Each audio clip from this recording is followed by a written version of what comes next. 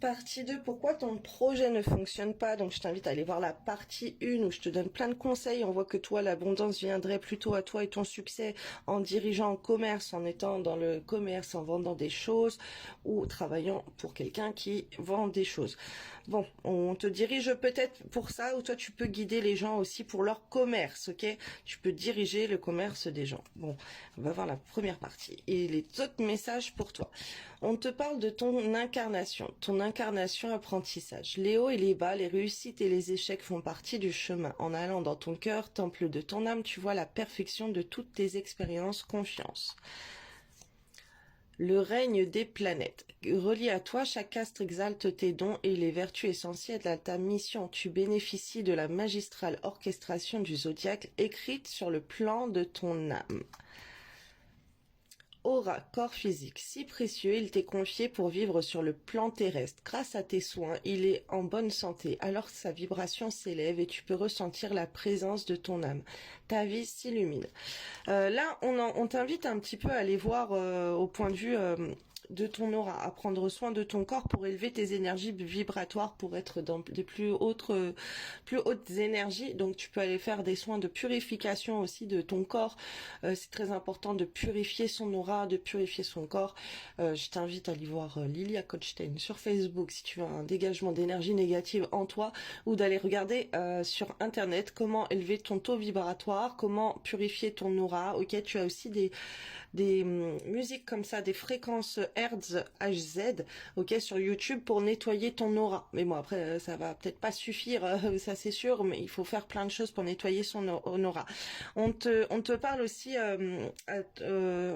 ton signe du zodiaque, ok? Tu as un plan en fait zodiacal où tu vas être plus doué par rapport à ton année de naissance, à plein de choses par rapport à ton signe du zodiaque, à ta personnalité, où tu vas être plus doué qu'autre chose, ou des choses elles sont écrites pour toi pour être bien planifié dans cette chose-là. Donc ça aussi, ça à étudier et pas à laisser à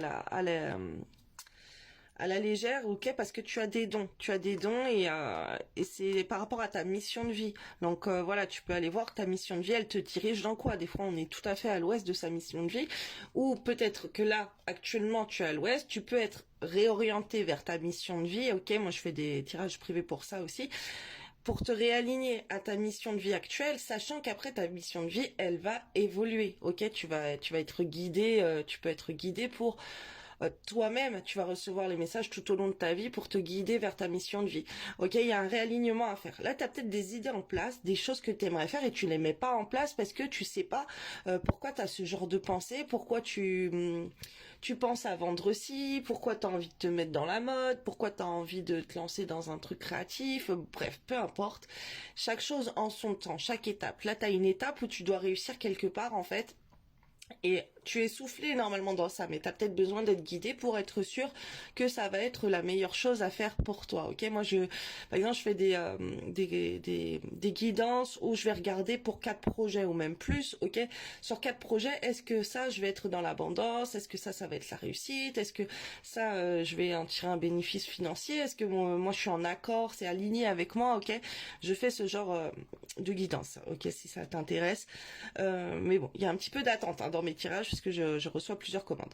On te parle d'un lien flamme jumelle, ok, on a dû te mettre en parcours avec ta flamme jumelle justement pour t'orienter. Il faut que tu ailles voir aussi par rapport à ta flamme jumelle les passions que vous avez en commun, ok, peut-être que c'est de guider les gens, peut-être c'est un projet créatif, peut-être que c'est un projet sportif, peut-être que c'est un projet commercial, peut-être que c'est des choses artistiques, dans la créativité, non, peu importe, il y a un domaine, il y a des domaines avec ta flamme jumelle où vous êtes en accord. On te demande de te focaliser un peu plus dans le domaine de ta flamme jumelle ou de voir avec cette personne des choses qui sont en accord entre vous. Bon. Ou de prendre conseil auprès de ta flamme jumelle aussi. Alors, l'initiation flamme jumelle. Ta quête d'unité vient d'une séparation céleste de ton âme. Tu peux transcender l'absence en donnant ton amour à tout ce qui vit et en accomplissant ta mission. Tu pacifies ton cœur. Ok, pareil, quand tu es en séparation de ta flamme jumelle, c'est parce qu'on te pousse à œuvrer quelque part qui va être en reliance cosmique, j'entends, je vois, avec ton plan de vie, ton chemin de vie, avec ta flamme jumelle, ok, on te demande, quand tu te sépares ce qu'on attend de toi quand tu es en séparation de ta flamme jumelle et que tu souffres énormément, c'est d'aller voir tes missions de vie, ok, où va se diriger ton cœur. Donc c'est important justement de commencer à œuvrer là où te guide ton cœur par rapport à ton parcours de ta flamme jumelle, parce que vous devrez œuvrer après ensemble dans beaucoup de choses, et il faut que tu sois aligné par rapport à tes missions de vie pour aller à une réunion avec ta flamme jumelle, quoi. C'est très important d'aller voir ça. Euh, Aura, corps, boutique.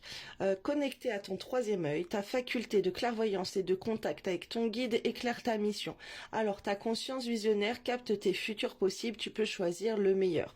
Ok, là on voit un troisième œil qui peut être pollué. Pollué de quoi? Pollué d'entités, d'énergie négative. Ok, si tu as des migraines, tu as mal à la tête, tu as des mauvaises pensées, tu es négatif, tu broies du noir, c'est que tu as ton chakra du troisième œil qui peut être pollué.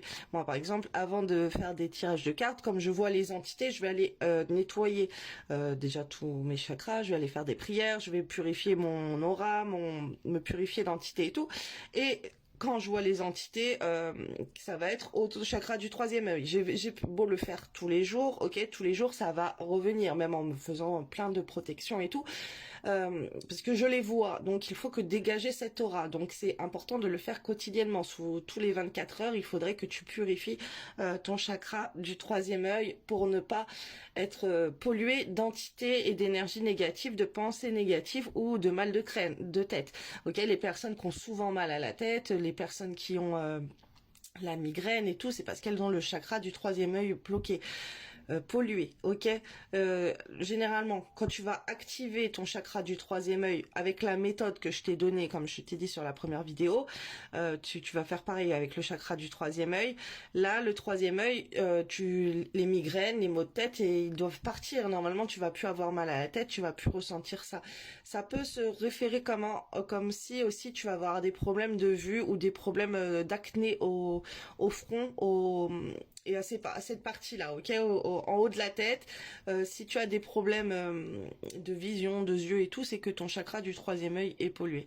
Bon, après, si tu as des problèmes de vue, je t'invite à écouter des Rokia pour la vue, ok, des Rokia aussi pour les migraines, pour les djinns dans la tête, pour les faire descendre, ok, parce que là, il y a quelqu'un qui va être très pollué au niveau de son troisième œil. Le troisième œil te permet de te concentrer et de voir un peu les choses plus claires, ok, d'avoir les idées claires et de n'être plus parasité par des entités, par des djinns dans la tête et toute autre énergie et négative entité.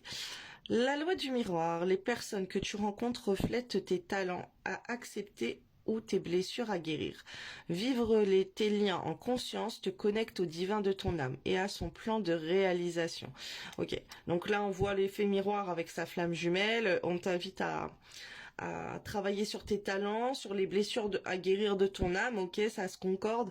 C'est ce lien en conscience qui appuie sur tes blessures, ok, et qui te relie à Dieu. Donc déjà, si tu es dans la haine et que tu relis pas à Dieu avec ce lien divin, il faudrait que tu te purifies. Je te dis, tu mets-toi à la prière, rapproche-toi de Dieu pour te relier au divin. Je vais faire une troisième partie parce que là, c'est très long.